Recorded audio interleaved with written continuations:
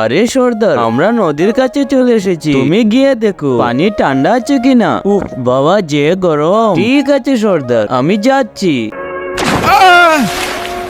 ওরে বাবা রে, পালাও, আমি আর পারছি না গরমে। তোমরা শীঘ্রই একটা ব্যবস্থা করো। আকাশে তাকানোই যাচ্ছে না। সর্দার, নদীর পাশে বড় একটা মানুষকে দেখতে পেলাম, চলো দেখে আসি। ঠিক আছে চলেন, এসো আমার সাথে।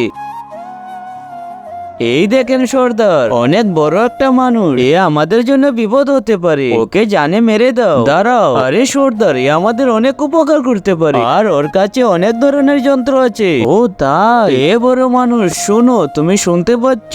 এইদিকে আমরা।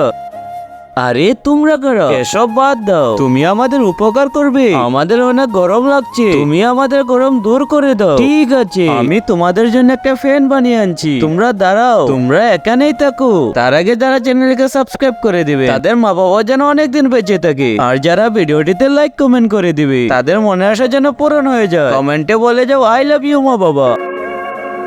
এই দেখো, তোমাদের জন্য ফ্যান নিয়ে আসছি। সর্দার, এখন আমাদের গরম দূর হয়ে যাবে।